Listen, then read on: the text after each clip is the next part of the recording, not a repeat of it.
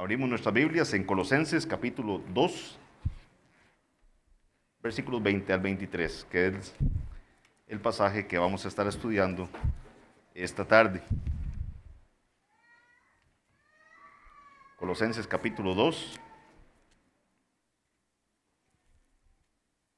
versículos 20 al 23.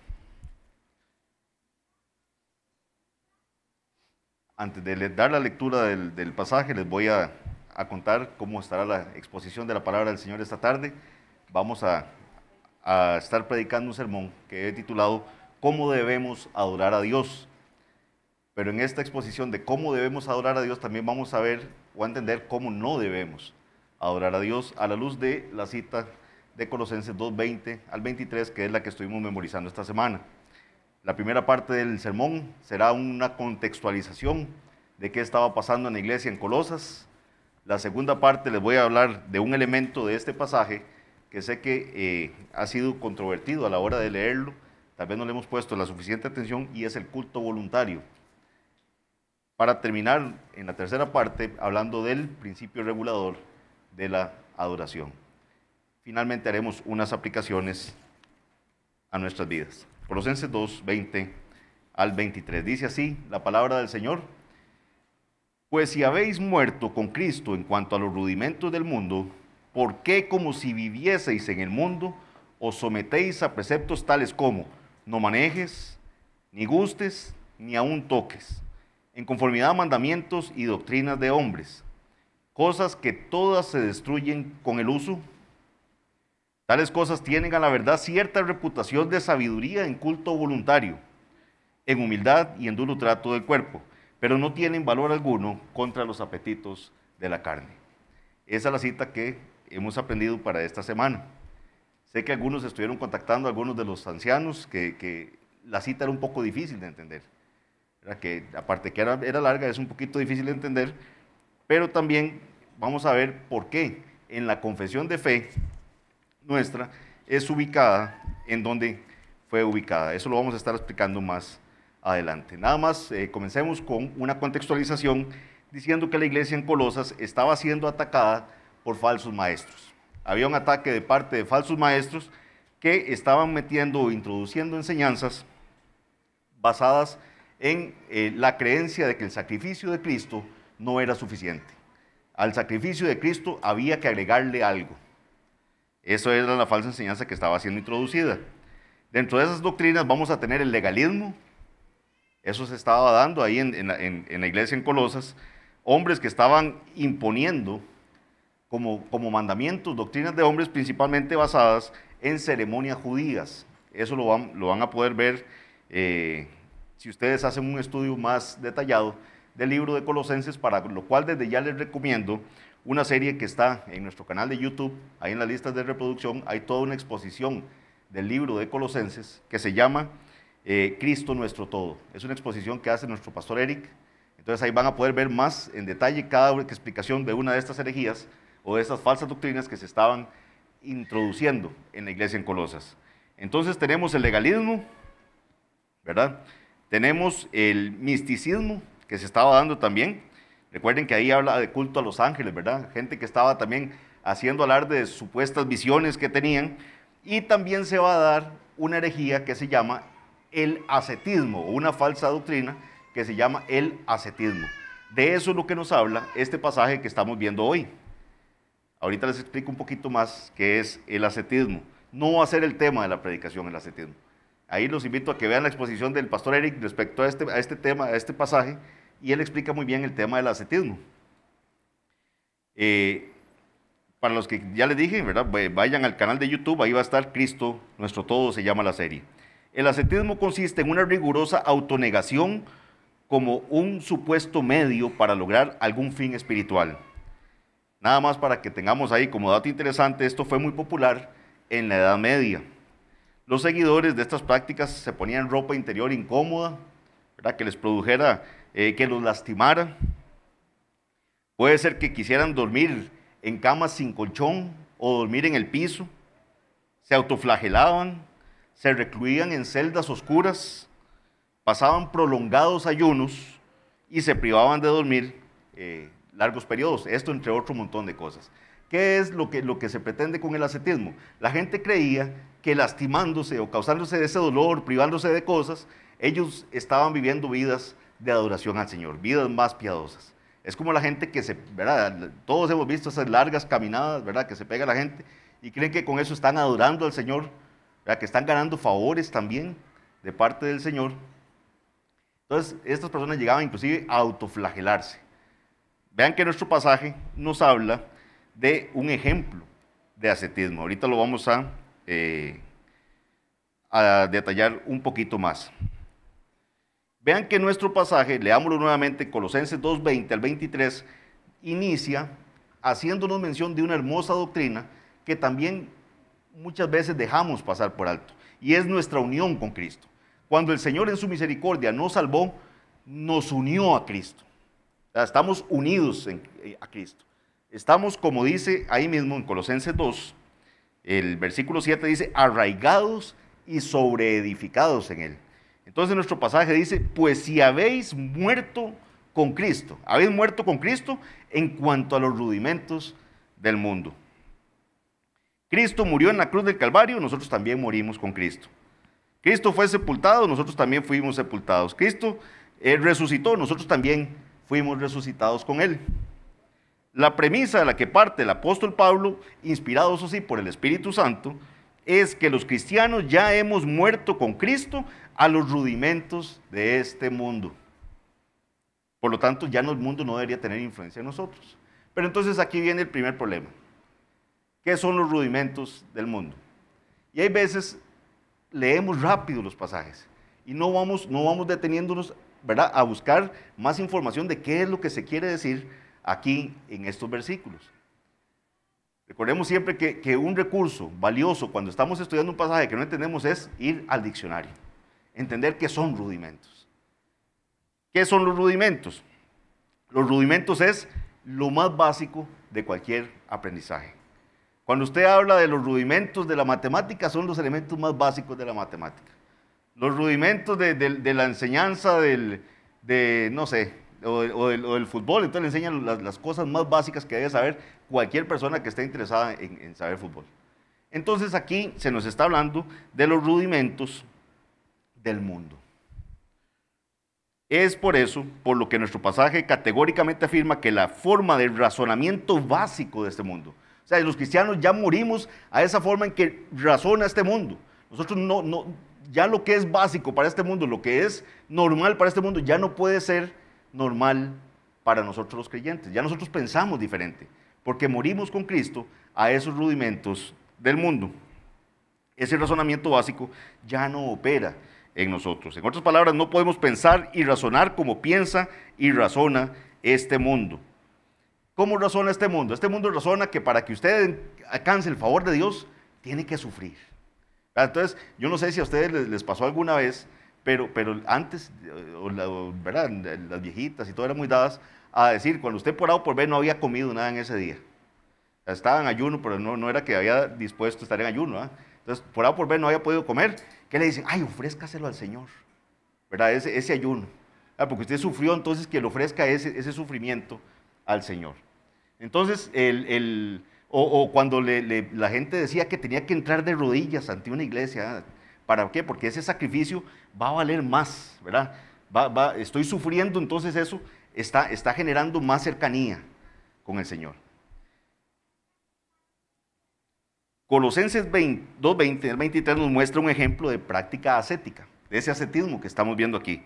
En este caso es esta es otra palabra que sé que tampoco, o puede ser que no hayan buscado, que ahí dice nuestro pasaje, pues si habéis muerto con Cristo en cuanto a los rudimentos del mundo, ¿por qué? Como si vivieseis en el mundo, os sometéis a preceptos tales como, no manejes. Entonces, ¿qué quiso decir el pasaje aquí con no manejes? Esto aquí lo que está hablando es no manipulen, no toquen, no agarren con sus manos, es lo que quiere decir este pasaje. Entonces, la práctica ascética aquí es referida a ciertos alimentos. Entonces, que ciertos alimentos, miren, no los manipule, no manejes, no gustes, o sea, no los manipule, no se los coma, ni aún los toque, o sea, que si lo rozó o algo que ni siquiera vuelva a ver ese tipo de alimentos. Entonces, la exhortación aquí es que si hemos muerto a esos rudimentos del mundo, a ese razonamiento como el mundo razona, los cristianos no podemos pensar así. ¿Por qué? Porque el sacrificio ya lo hizo Cristo una vez y para siempre. Ese es el único sacrificio válido. Y por ese sacrificio válido es que podemos venir a adorar al Señor.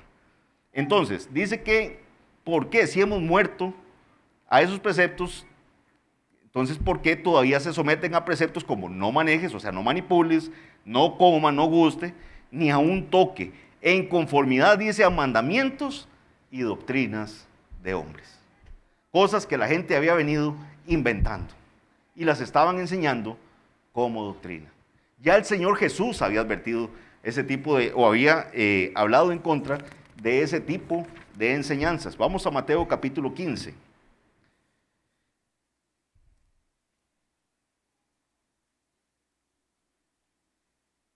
Mateo 15. Vean que el pasaje en estudio, el de Colosenses, nos dice que estos alimentos al final no tienen ningún valor para alguno contra los apetitos de la carne. ¿Por qué? Porque estos se destruyen con el uso, es lo que nos dice. Mateo 15, en Mateo 15 vamos a estar viendo una exposición donde a Jesús le empiezan a mencionar a manera de crítica que por qué los discípulos de él no se lavan las manos antes de comer pan. Ahora, no es que fuera una cuestión de falta de higiene, o sea, es que no se lavaban las manos conforme al ritual que exigían los ancianos, que tenía que ser todo un ritual para antes de comer pan. ¿Por qué? Para limpiar las impurezas espirituales que podían haber entrado a ellos si no lo hacían de esa forma. Eso es lo que le estaban criticando. Jesús les responde en el versículo 17, ahí lo pueden ver.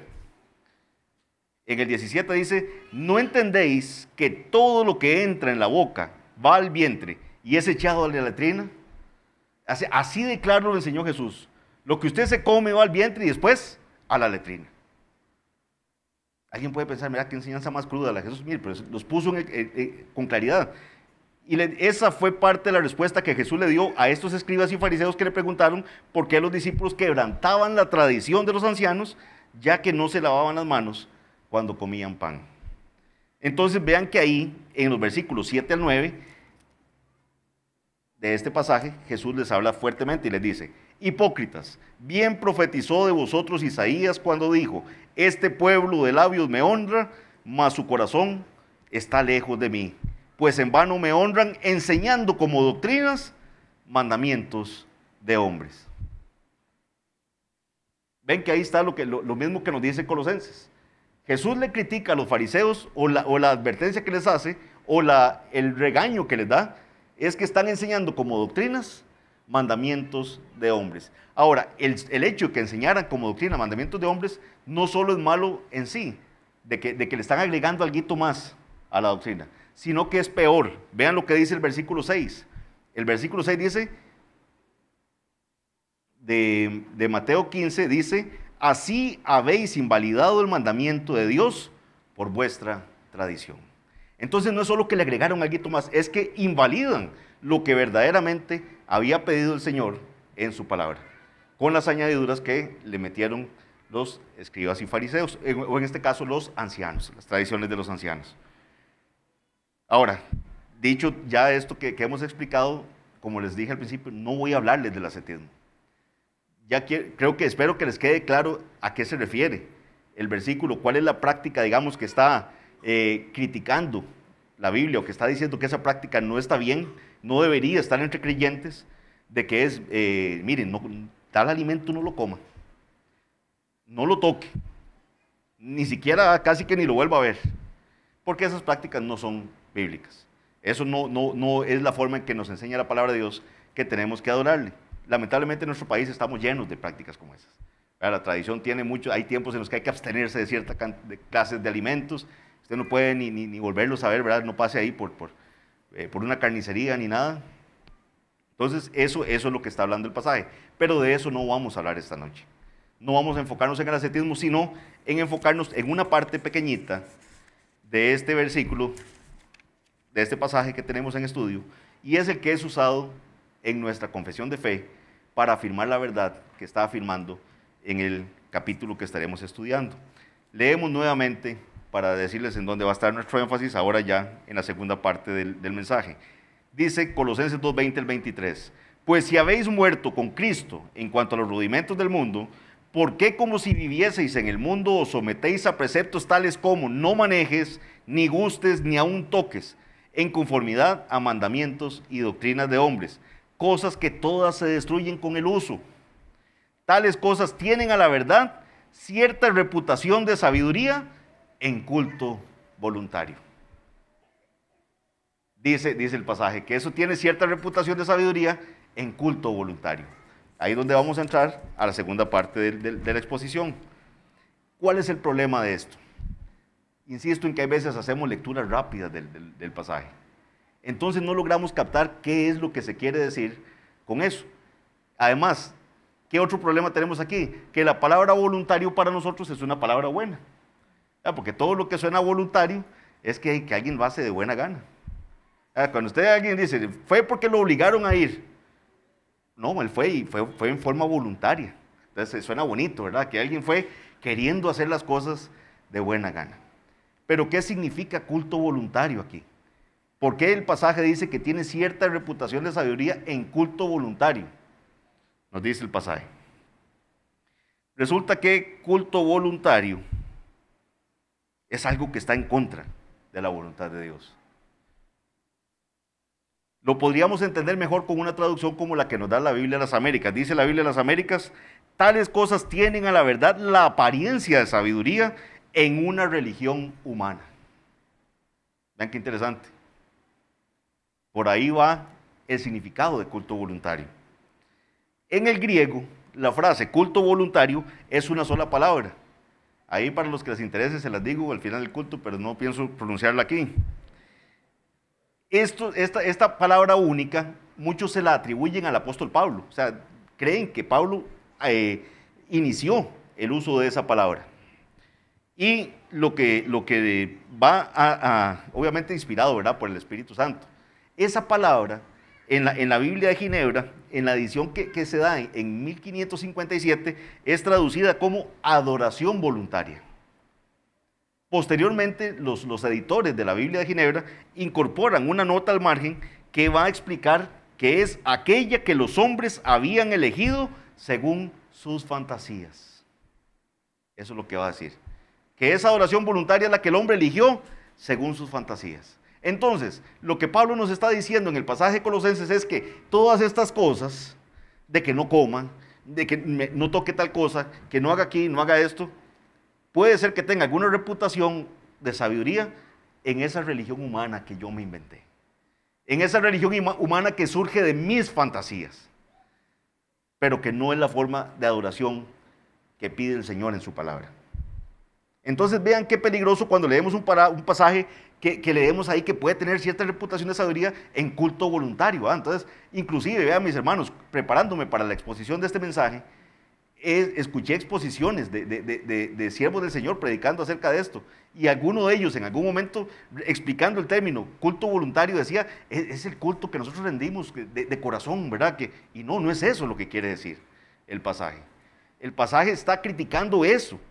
¿Por qué? Porque precisamente nuestro pasaje en estudio nos va a decir que puede ser, o dice, a la verdad tiene cierta reputación de sabiduría en culto voluntario, y termina el pasaje y dice, pero no tienen valor alguno contra los apetitos de la carne. Eso no tiene ningún valor contra los apetitos de la carne. Juan Calvino llamó a este tipo de adoración o la definió en los siguientes términos. Dice, es la que los hombres escogen como su opción sin autorización de parte de Dios. Es la forma de adoración, dice, que los hombres escogen como su opción sin autorización de parte de Dios. Eso es el culto voluntario. William Hendrickson lo establece en los siguientes términos. La palabra que Pablo usa probablemente significa culto elegido por uno mismo, culto o rito que uno mismo se ha impuesto, una religión inventada por uno mismo. Vean también qué peligroso es esto, mis hermanos, Con estas referencias que les he expuesto hasta ahora, ya vamos a poder entender mejor la relevancia de Colosenses 2:20 al 23 en la referencia que se hace en nuestra confesión de fe. Para las personas que nos están visitando, recordemos que nuestra iglesia es una iglesia confesional.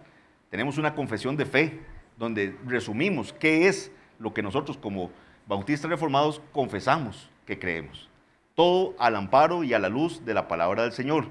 La confesión de fe está llena de declaraciones de fe, o sea, de qué creemos, amparado en una serie de versículos, también ahí que se vienen citando, para demostrar que lo que ahí está puesto es bíblico. Este pasaje de Colosenses 2:20 al 23 es usado en nuestra confesión de fe en el capítulo 22. Todos ustedes cuando reciben el versículo de memorización ven abajo a qué capítulo se está refiriendo, por qué memorizamos eso. Y el capítulo 22 de nuestra confesión de fe se llama de la adoración religiosa y del día de reposo. Así se llama el capítulo. Y oigan, de lo que hemos aprendido hasta ahora de este pasaje, vean cómo calza de bien con esta declaración que tiene nuestra confesión. En el primer párrafo se dice lo siguiente, pongamos mucha atención. La luz de la naturaleza muestra que hay un Dios que tiene señorío y soberanía sobre todo. Es justo, bueno y hace bien a todos, y que por lo tanto debe ser temido, amado, alabado, invocado, creído y servido con toda el alma, con todo el corazón y con todas las fuerzas. Eso nos dice. Pero ojo esto. Pero el modo aceptable de adorar al verdadero Dios fue instituido por Él mismo. O sea, la forma aceptable de yo adorar a Dios me la dio Dios mismo. ¿Y me la da dónde? En su palabra. Nuestro Dios es quien nos dice cómo quiere ser adorado. Y sigue diciendo la confesión, y está de tal manera limitado por su propia voluntad revelada, que no se debe adorar a Dios conforme a las imaginaciones e invenciones de los hombres, o a las sugerencias de Satanás, ni bajo ninguna representación visible, ni en ningún otro modo no prescrito en las Sagradas Escrituras. Eso es lo que confesamos. Nosotros vamos a adorar a Dios en la forma en que Dios nos manda que le adoremos. ¿Y dónde nos manda que le adoremos? En las Sagradas Escrituras. El pasaje que vimos en Colosenses 2:20 nos muestra una forma de culto voluntario que en algún momento se le ocurrió a alguien de decir, mire, sí, sabemos que Cristo murió, sabemos que la Biblia nos va a decir los pasajes, los libros que tenían hasta ese momento de cómo adorar a Dios, pero entonces metámosle otro poquito de ciertos alimentos. Que esos alimentos no los manipulen, no los coman, no los toquen. Y entonces Pablo le dice, ustedes ya murieron a esos rudimentos, ustedes ya murieron con Cristo a esos rudimentos del mundo. Ustedes no pueden pensar de la misma forma que piensa el mundo. ¿Por qué es tan importante que entendamos eso, mis hermanos? Porque hoy en día estamos viviendo una crisis en las iglesias. Cada vez más la gente quiere meter elementos de adoración al Señor que no están prescritos en su palabra. ¿Por qué? Porque precisamente la iglesia del Señor empieza a pensar como piensa el mundo y tomando como base los rudimentos de este mundo. Porque sienten que la exposición del evangelio pura y simple como está en la palabra es muy aburrida. No, hay que hacer algo más animado, que atraiga más a la gente. Que cantar himnos es muy aburrido, ¿no? Hay que hacer algo como más espectacular. Han llegado a puntos tan heréticos, tan irrespetuosos, que ha habido expositores o líderes de iglesias que empiezan la exposición de la palabra de Dios supuestamente cayendo así que en un cable, ¿verdad? Entonces un cable los trae, ¡pum!, aterrizan ahí en el púlpito, ahí claro, con luces y todo, ¿verdad? El pastor Eduardo nos contaba de un hombre que en vez de exponer la palabra del Señor les contó un día o llegó a exponerles un resumen y un análisis de la última película de Batman. Un expositor de estos famosos de la prosperidad llegó a predicar vestido de astronauta hace poco.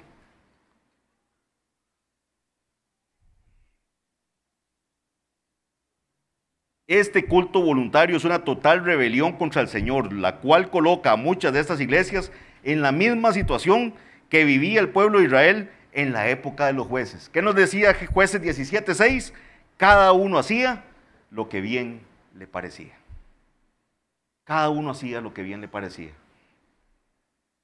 Pero ¿qué pasa, mis hermanos, cuando ese culto voluntario es más sutil? ¿Qué pasa cuando no pensamos en cables y en luces y en cosas de esas, pero empezamos a agregarle elementos a la adoración que no están prescritos en la palabra del Señor? ¿Qué pasa?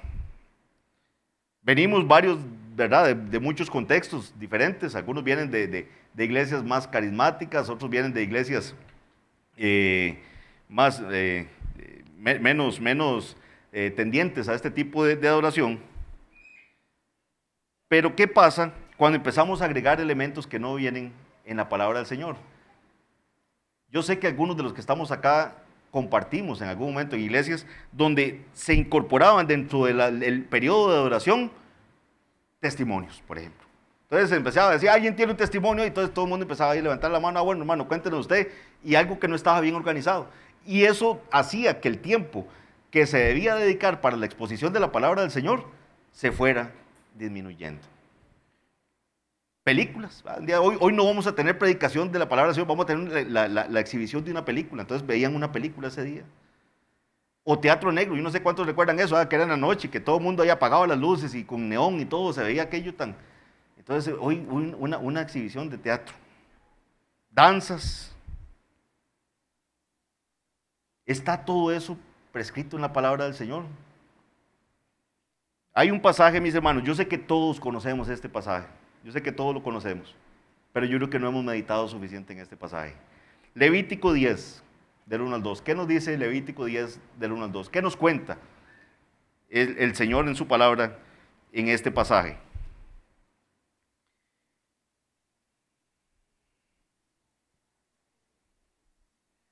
Dice Levítico 10, del 1 al 2. Aquí nos va a estar hablando de dos personajes, Nadab y Abiú, que eran hijos de Aarón, eran sacerdotes, ¿verdad? Y vean lo que pasó. Nadab y Abiú, hijos de Aarón, tomaron cada uno su incensario y pusieron en ellos fuego, sobre el cual pusieron incienso, y ofrecieron delante de Jehová fuego extraño, que él nunca les mandó. Y salió fuego de delante de Jehová, y los quemó, y murieron delante de Jehová. ¿Qué fue lo que trajo sobre Nadab y Abiú un juicio tan severo, un juicio tan duro? O sea, uno en estos días pensaría, pero qué bonito lo que ellos, ¿verdad?, querían hacer. Estaban ofreciendo incienso ante el Señor. Lo hicieron con buenas intenciones. Querían alabar al Señor. El versículo 1 es bastante claro al respecto. Dice, Nadab y Abiú, hijos de Aarón, tomaron sus respectivos incensarios y después de poner fuego en ellos y echar incienso sobre él, ofrecieron delante del Señor fuego extraño que él no les había ordenado. Hicieron lo que Dios no les pidió que hicieran. Algunos han especulado ¿verdad?, con respecto a Nadab y Abiú, respecto a si estaban en alguna condición, ¿verdad?, que les causara eso, pero el pasaje no da para entender más de lo que nos dice el pasaje. Fue que ofrecieron fuego extraño. Lo que tenemos que tener claro es que en vez de ofrecer el tipo de fuego que el Señor había estipulado en su ley, Nadab y Abiú ofrecieron otro tipo de fuego diferente. Ofrecieron el fuego que ellos mismos quisieron ofrecer. Eso fue lo que pasó. Si el Señor deja claro qué es lo que tenemos que hacer en su palabra, ¿por qué tenemos nosotros que cambiar lo que el Señor nos dice que tenemos que hacer? Porque en el fondo estamos pensando que tal vez lo que Dios está pidiendo no es suficiente para llegarle a este mundo, ¿verdad?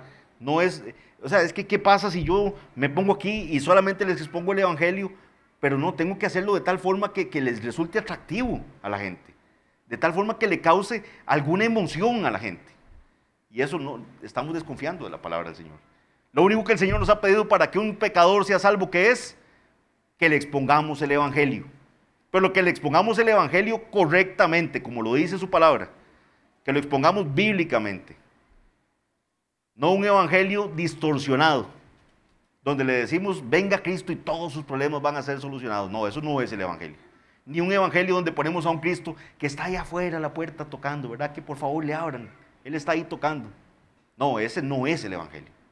Un evangelio que le expongamos donde el pecador va directo al infierno. ¿Por qué? Porque está en rebelión contra Dios.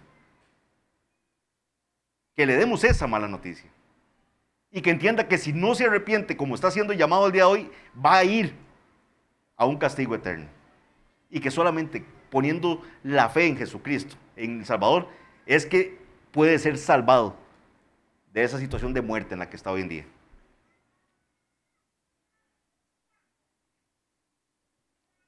Nadab y Abiú se atrevieron a ofrecer delante del Señor lo que Él no había mandado, prevaleciendo así lo que ellos mismos quisieron ofrecer.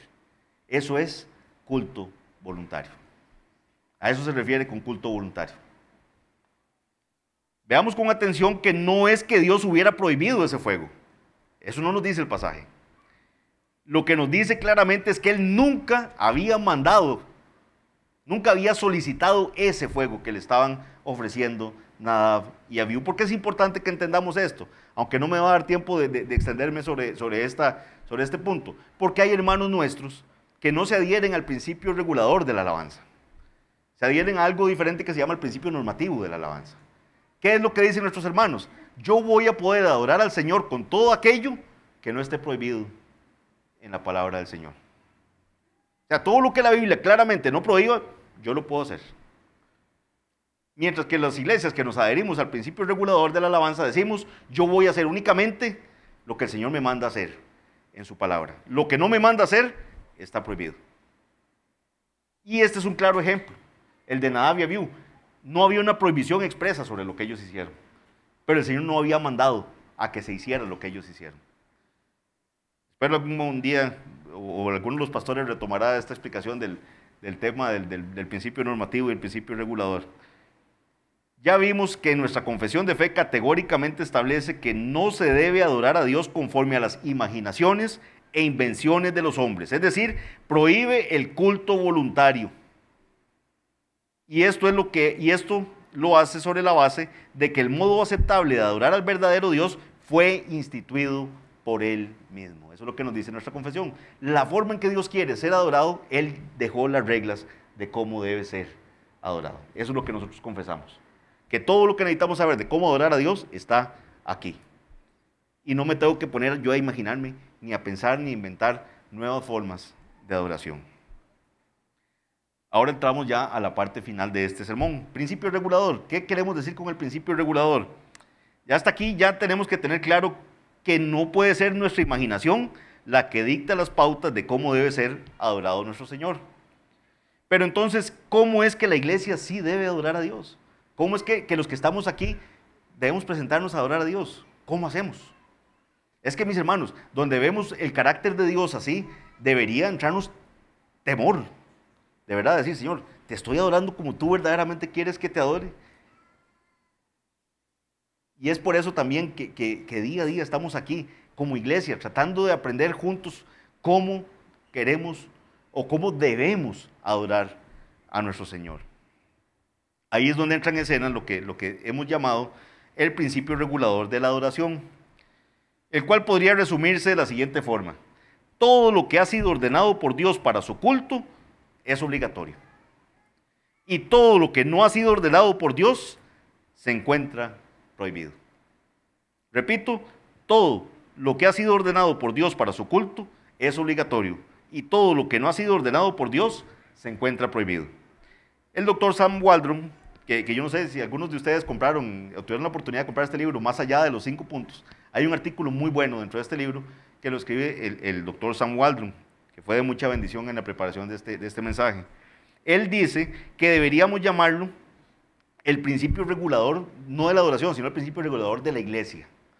O sea, es el principio regulador de todo lo que la iglesia, cuando se reúne corporativamente a adorar y nos reunimos como iglesia, que nos debería regir en todas nuestras actuaciones.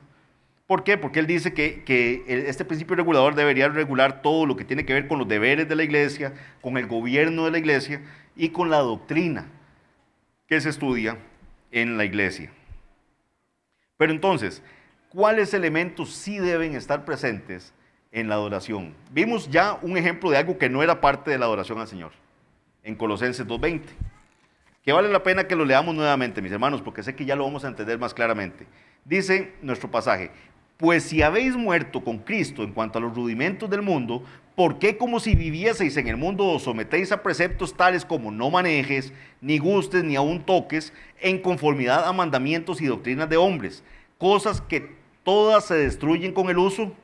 Tales cosas tienen a la verdad cierta reputación de sabiduría en culto voluntario, en humildad y en duro trato del cuerpo, pero no tienen ningún valor alguno contra los apetitos de la carne.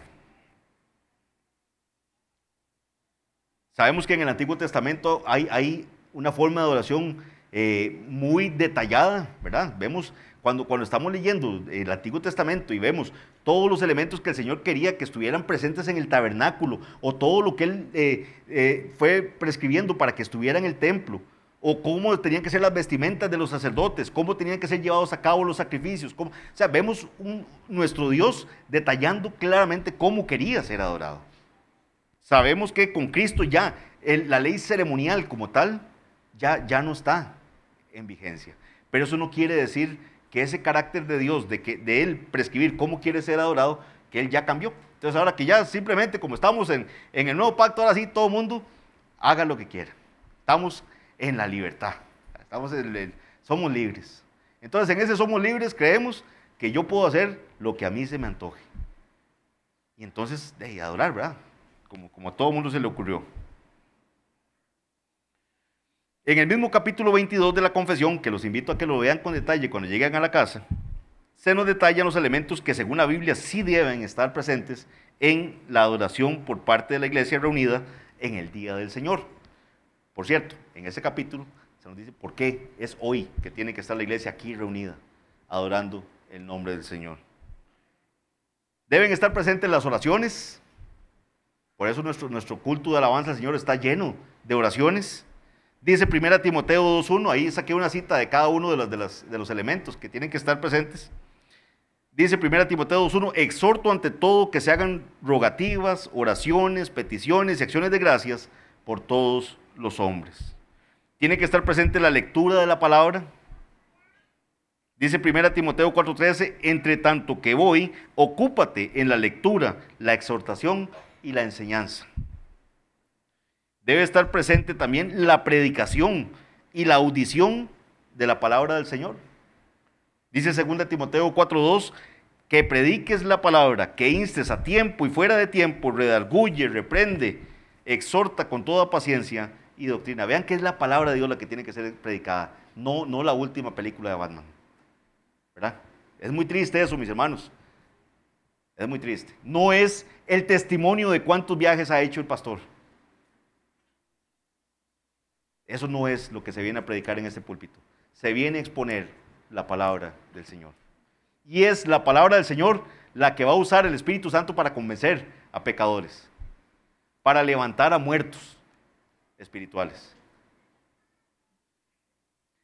Debe estar presente la instrucción y la amonestación los unos a los otros por medio de salmos, himnos y cánticos espirituales. Dice Efesios 5:19, hablando entre vosotros con salmos, con himnos y cánticos espirituales, cantando y alabando al Señor en vuestros corazones. Debe estar presente cuando el Señor nos da esa oportunidad bella, la administración del bautismo y la cena del Señor. Es una gran bendición cuando somos expuestos al Evangelio también, al ver a uno de nuestros hermanos que está dando un testimonio público de que ha muerto y ha sido levantado a una nueva vida en Cristo.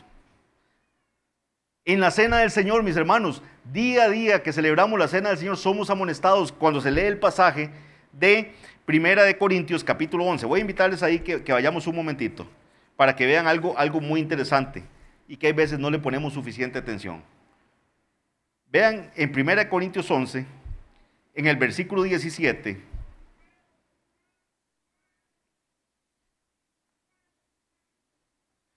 empieza una amonestación ahí, porque habían abusos en la celebración de la cena del Señor. Dice Pablo aquí, inspirado por el Espíritu Santo, pero al anunciaros esto que sigue, no os alabo, porque no os congregáis para lo mejor, sino para lo peor. Está hablándole a la iglesia que está congregada. Os congregáis, dice, no os congregáis para lo mejor, sino para lo peor. Pues en primer lugar, cuando os reunís, ¿qué? Como iglesia. Oigo que hay entre vosotros divisiones y en parte lo creo. Porque es preciso que entre vosotros haya disensiones para que se hagan manifiestos entre vosotros los que son aprobados. Cuando pues os reunís vosotros, esto no es comer la cena del Señor. Y ahí Pablo les está diciendo, esa no es la forma en que tiene que ser celebrada la cena del Señor. Vean que tenemos un Dios que sigue dejándonos claro cómo es que Él quiere ser alabado, cómo es que se deben administrar los sacramentos que Él dejó. No es como a mí se me ocurra, no es que, como dijo una vez alguien, que aquí lo que importa es la conmemoración. Puede ser con Coca-Cola, podría ser con una hamburguesa, podría ser con papitas. No, mis hermanos, ¿qué nos va a decir la palabra del Señor? Partió el pan, se oró por el vino. ¿Por qué la iglesia hace un tiempo tuvimos todo un análisis serio como iglesia, con la preocupación que teníamos de si estábamos aplicando bien los mandamientos del Señor a la hora de adorarlo? Porque tenemos un respeto pleno de lo que Él nos está pidiendo, lo que queremos hacer. No lo que a mí se me ocurra, no lo que a mí me parezca mejor, no mi culto voluntario. Es lo que el Señor nos pide en su palabra. Y eso es lo único que quiero que sea el parámetro para yo poder adorar al Señor. Porque me da horror ofender a mi Dios haciendo algo que Él no me pidió en su palabra. Por más bonito que me parezca, por más buena intención, mire, es que qué buena intención tenían. Pobrecito Navia vio. Pobrecito Usa. Estaba el arca ahí y él quería pararla, ahí, atajarla. Pero Dios había dicho que no podía ocurrir eso. Y David posteriormente se da cuenta de que ellos habían pecado porque habían dejado de ver cómo era, que el Señor había prescrito que se tenía que transportar el arca. Esto nos tiene que dar a entender, mis hermanos, cuál es el carácter de nuestro Dios. No es que aquí estamos, qué bonito, más bien Dios debería estar agradecido de que vea que está toda esta gente aquí. No, mis hermanos, somos nosotros los que tenemos que entrar de verdad con un sentimiento de humillación tremendo, de que venimos a dar gracias y a honrar el nombre de Dios, que es el dador de todo lo bueno que tenemos. Pero tenemos que adorarle como Él me dijo que le adoráramos. ¿Y dónde me lo dijo? En su palabra. Cualquier adición a los elementos que Dios ha ordenado, por más buenas intenciones que se tengan, debe ser rechazado por la iglesia de Cristo. Una guerra tremenda al culto voluntario. Nosotros no podemos estar adorando al Señor conforme a las imaginaciones de nuestro corazón. ¿Cómo podemos aplicar esto a nuestros días? ¿Cómo podemos aplicar esto que hemos aprendido a la luz de la lectura de Colosenses 2:20 al 23? La adoración debe ser esencialmente simple, centrada en Cristo, dirigida por el Espíritu Santo y para la gloria de Dios. Dios que está presente en su iglesia, para bendecirla con su gracia, para que viva para su gloria. Y es que, mis hermanos, no tenemos que olvidar algo. Cristo prometió una presencia especial de Él cuando su iglesia está aquí reunida. A mí, vieran, mis hermanos, y se los digo aquí, de verdad, de corazón, vieran cómo me duele cuando la gente empieza a cancelar el que vienen a la iglesia. Se pierden la oportunidad de estar aquí con el pueblo. Vieran cómo me duele que se desperdicien campos en la tarde. Se están perdiendo la oportunidad de estar aquí como iglesia, adorando a Dios. Lamentablemente mucha gente se acostumbró al tiempo de pandemia. Deberíamos de verdad sentirnos dichosos cuando nos dicen, vea hermanos que quedó un campo, quiere venir. Claro, ahí voy, porque voy a adorar a mi Dios con la iglesia, con su pueblo. ¿Por qué? Porque hay una oportunidad especial de estar aquí donde Cristo prometió su presencia especial. Porque hay 2 o 3 reunidos en su nombre. Y Él dijo, donde haya 2 o 3 reunidos en mi nombre, ahí estoy yo. Ahí medio estoy yo. Y lo dijo en un contexto que se lo está dirigiendo a la iglesia, aplicando la disciplina del Señor. Si tuviéramos una mayor conciencia, mis hermanos, de que Dios está aquí, de que Cristo está aquí, para ser adorado por su pueblo, yo creo que nos entraría un sentimiento como el que le entró a Jacob. ¿Se acuerdan? Cuando Jacob despierta del sueño que tuvo, ¿Qué dice Génesis 28, 16 al 17?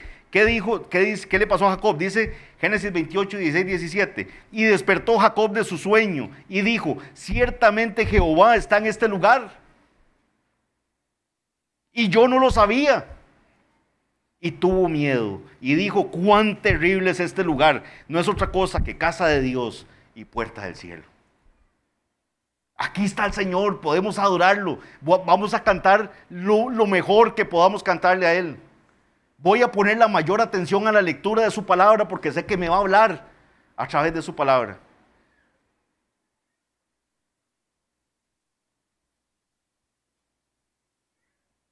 Como bien señala Waldron, la presencia prometida de Dios nos enseña la santidad de las reuniones formales de la iglesia del Señor en su día. Hoy tenemos hermanos que forman parte de esa iglesia universal del Señor reunidos, adorando al Señor, y hay santidad en esas reuniones. Las congregaciones de la iglesia son santas. Estas son apartadas o diferentes de las demás reuniones o asambleas de cualquier otra sociedad. El mismo pasaje de la cena del Señor nos dice, cuando hablaba de las formas en que comían y bebían en la cena del Señor, Pablo dice, ustedes no tienen casas donde coman o beban. O sea, no era malo que comieran o bebieran, obviamente con moderación, ¿verdad? Pero eso no era lo malo. Lo malo era que estaban trasladando la forma en que podían comer y beber en sus casas y lo estaban haciendo igual, celebrando la cena del Señor. Y ahí hay una diferencia. No podemos trasladar el ámbito de libertad que tenemos en nuestras vidas cotidianas, que tienen que regirse por la ética cristiana que nos está enseñando nuestro hermano Ronnie, donde tenemos que analizar por principios bíblicos si lo que estamos haciendo está bien o está mal, pero cuando se trata de la adoración corporativa de la iglesia aquí, adorando al Señor, las reglas son claras y tienen que ser seguidas conforme dice su palabra. Esto debería producir en nosotros una mayor reverencia y un deseo ferviente de adorar a Dios como Él lo ha establecido y no conforme a nuestra imaginación. Ahora bien, algo que tenemos que tener claro es que no es nuestra observancia del principio regulador la que va a hacer que nuestra adoración llegue con olor fragante al Señor. O sea, no es que dicen, es que la Iglesia Bautista Reformada de los Lagos adora, tiene un respeto total al principio regulador y eso es lo que hace que la adoración suba con olor fragante. Mire, puede ser que el pastor Alexander nos esté enseñando un himno nuevo o un salmo y que lo aprendemos tan bien que hasta una sonrisa le queda al pastor de ver que lo cantamos tan bien la primera vez. No nos dijo que sonaba feo ni nada. Puede ser que lo estemos cantando todo así, estamos tratando de seguir todo al pie de la letra, pero no es nuestra fuerza de respeto al principio regulador lo que hace que esa adoración suba, con olor fragante al Señor. No está en nosotros, es en Cristo. Es por Cristo que nuestra adoración puede llegar con olor fragante a Dios. ¿Por qué? Porque nuestra adoración está manchada de pecado. Somos pecadores, somos imperfectos. Y muchas veces lo vamos a hacer incorrectamente. Pero en nuestro corazón tiene que estar el anhelo de apegarnos a la palabra del Señor y adorar al Señor y pedirle perdón cuando yo he tratado de analizar mi relación con Dios a la luz de un culto voluntario. Donde yo me imagino que lo estoy haciendo de tal forma y yo sé que con eso Dios me siento como más digno delante de Dios. O siento que lo estoy haciendo mejor. Tengamos mucho cuidado con eso, mis hermanos. Nuestro corazón es engañoso. Muchas veces nuestros pastores nos han exhortado de que tengamos muchísimo cuidado cuando no nos sentimos dignos de recibir la cena del Señor, pero también cuando nos sentimos dignos de recibir la cena del Señor. Muchas veces tendemos a crear nuestras propias reglas del juego y eso es lo que no puede caber en un creyente. Nuestra adoración y nuestro culto va a estar manchado de pecado, por lo cual necesitamos a nuestro Señor Jesucristo. Finalmente, no olvidemos que adoramos al único y sabio Dios cuyo carácter es inmutable. El Dios del Antiguo Testamento es el mismo Dios del Nuevo Testamento y el mismo Dios que está hoy con nosotros. No caigamos en la herejía que muchos han caído de creer que el Dios que se nos relata en el Antiguo Testamento era un Dios diferente y que ahora en el Nuevo Testamento es otro Dios diferente. Es el mismo Dios de ayer, de hoy y por los siglos de los siglos. Y ese Dios dijo en Deuteronomio 12:32, cuidarás de hacer todo lo que yo te mando. No añadirás a ello, ni de ello quitarás. Repito, cuidarás de hacer todo lo que yo te mando, no añadirás a ello, ni de ello quitarás. Oremos. Padre bendito, Señor, gracias por tu palabra. Señor, ayúdanos a conocer mejor tu mandamiento. Ayúdanos a respetar más lo que tú has prescrito en tu palabra, a ser más atentos, Señor, a la hora de leerla. Padre, a tener temor de no obedecer lo que tú has pedido en tu palabra, Señor. Ayúdanos a adorarte mejor. Guíanos. Permite, Señor, que tengamos claridad de en qué no te estamos obedeciendo como deberíamos. Y Padre bendito, ten misericordia de la iglesia. Que tu nombre sea honrado en todo momento, Señor. Permite, Padre bendito, que nuestros corazones retengan lo que ha sido expuesto. Y, Señor, líbranos del culto voluntario. Que la honra y la gloria sean únicamente para ti, en el nombre de Cristo Jesús. Amén.